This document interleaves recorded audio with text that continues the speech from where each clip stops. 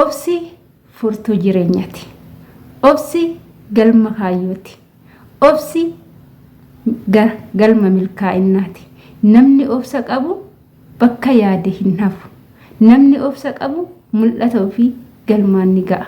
Obsi waan guddaaf namaa ta'a. Obsuun waan baay'ee nama barbaachisa.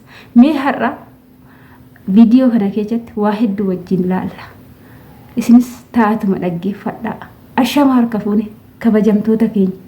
Nageenyi koo kan jaalalaa fi kabaja bakkaa fi lafa jirtanitti isiniif haa baay'atu. Anis obboleettiin keessan Yamadaam qimamii har'a basharaq jedheen fuuldura keessan dhufee jira. Isinis immoo like, share, subscribe gochuudhaan nu jabeechaa isiniin jechuu jaalanna.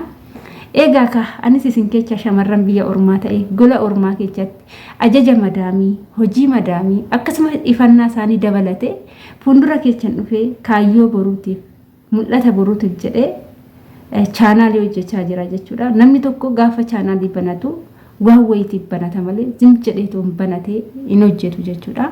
Kaayyoo qabaannaan, mul'ata qabaannaan, naman ta'a jennaan, gola madaamiti yoon bahe of hin danda'a jennaan, asii galee gola madaamiti hin deebinu jennaan waan wayii uummata jechuudha namni.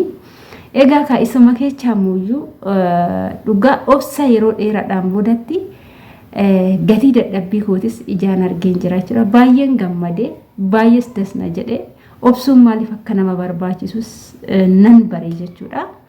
Egaa ka kabajamtoota keenya yeroo baay'ee anas irratti yoonan dubbadhu namoonni nama arrasitanis jirtu galatooma hundumti keessanuu kan na jaalattanis kan na jibbitanis hundi keessanuu galatooma isiniin jechuu jaaladha. Ani intalli keessanii ani obboleettii keessaniidha jechuudha. Yoonan dogongora qabaadhe dogongora kanas irratti argine sirraa namaan jechuu caalamoo muddamanii nama arrabsuutu caala asumarraan illee galatooma hundi keessanuu isiniin jecha.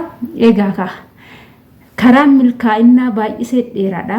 Karaan mul'ataa baay'isee dheeraadha. Akkasumas qal'oodha.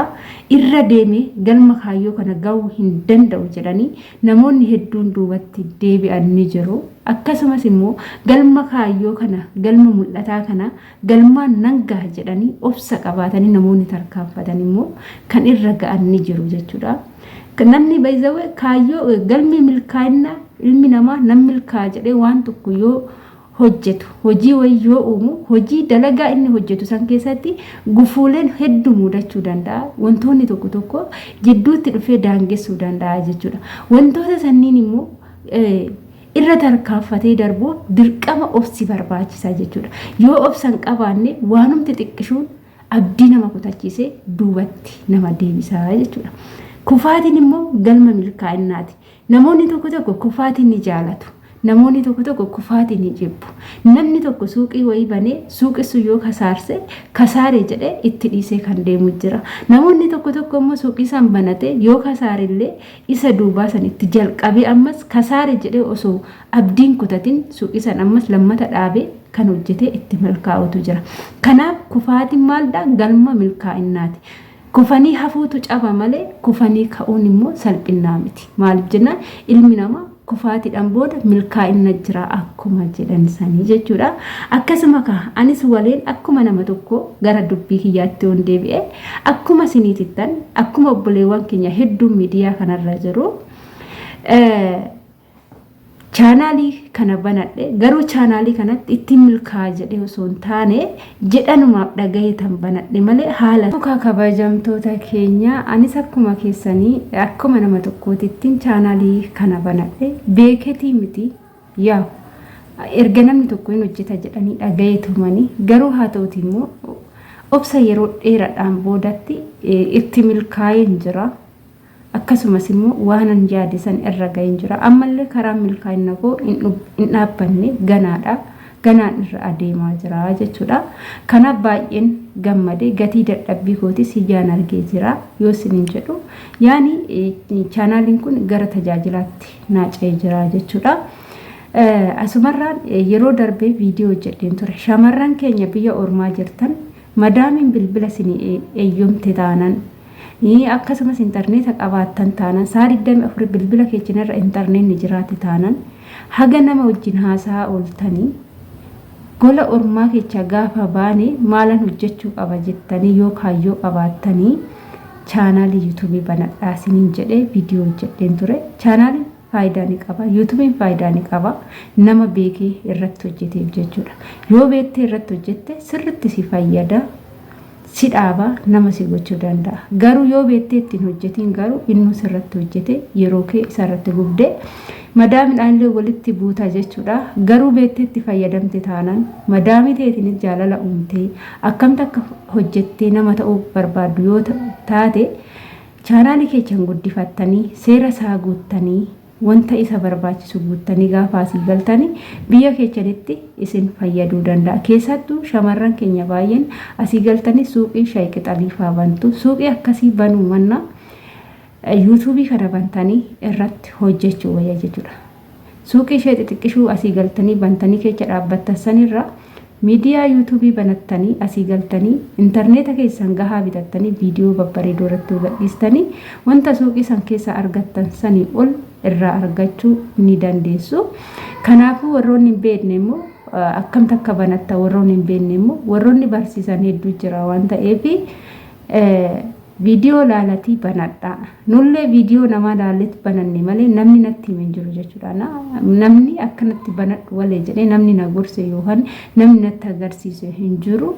Viidiyoo warroota barsiisanii laaleen banadhee jechuudha. Kanaaf yaa obboloota kooyi warroonni kaayyoo qabdan warroonni mul'ata qabdani waa'ee guddinaa yaada gola ormaa keessaa baanee nama taana jecha jedhu yaada isiniin jechuu jaaladha. Asumarraa warroonni na jaalattanis galatooma isiniin jecha galma kaayyoo ofii namni ga'u namni abjuu qabu namni mul'ata qabu bakka yaade san ga'u immoo akkuma jalqama isinii kaase obsi sirriitti barbaachisa jechuudha. Obsi furtuu jireenyaati. Keessattuu YouTube'n obsa nama barbaachisa. Waa baay'eedha jechuudha. Sa'aatii isaa guutuun subscribe isaa guutuun sanuu namarraa kaafata. Sirriitti obsa guddaa nama gaafata. Aarsaa guddaa nama kaffalchiisa. Gaafa kana keessa baatee milkoofte immoo akkasumatti immoo innis deebi'ee si gammachiisa jechuudha.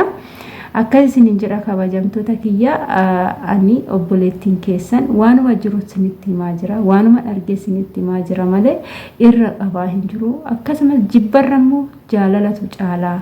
Wal guddisuu yaada wal xiqqeessuu hin yaadinaa. Namni tokko yoo viidiyoo inni hojjetu keessatti dogongora yoo qabaate wanti kun akkana jedha yoo dandeessan keessan koottaa nama san dubbisa yoo dadhabdan koomentii jalattu nama sanii wanta hamilee isaatti horu barreessaa malee jechoota arrabaa hin taane hin barreessina isiniin jechuun jaaladha. Wal xiqqeessuun bu'aa hin qabu, wal guddisuutu bu'aa qaba. Numatu wal guddisaa. Namni dhufee nu guddisu keessattuu madaam qimamiin jechuudha. Gola madaamii keessaa baanee kan madaamin nu guggubde kan madaamin nu cinceechite keessaa baanee nama ta'u yoo barbaanne obsis nu barbaachisa. Ijoollee baay'een biyya amma jiran kana keessa gallee biyya ormaa biyya biraa deebina kan jettanii karoora baaftan hedduun keessan jiraachuu danda'u.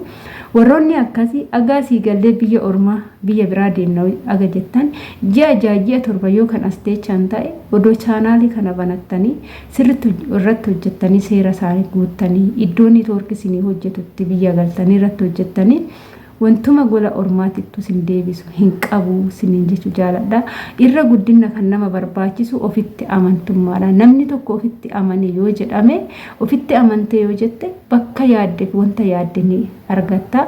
Wanta tokko nan hojjedha jettee yoo itti yaadde wanta san hojjettee galma yaadde ga'uu ni dandeecha.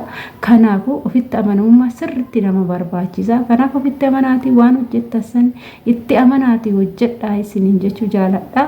Kanaaf wanni kana isiniin jedhamu namoota haaraa baay'eetu mana kiyyatti dhufaa jira, maamila koo ta'aa jira. Viidiyoo kana dhaggeeffatanii akka fayyadamaniif malee warroonni hedduun immoo kan duraan na hordoftan ni beektu jechuudha. Warroota haarawaaf viidiyoo kana hojjedhe akkasii isiniin jedha kabajamtoota kiyya.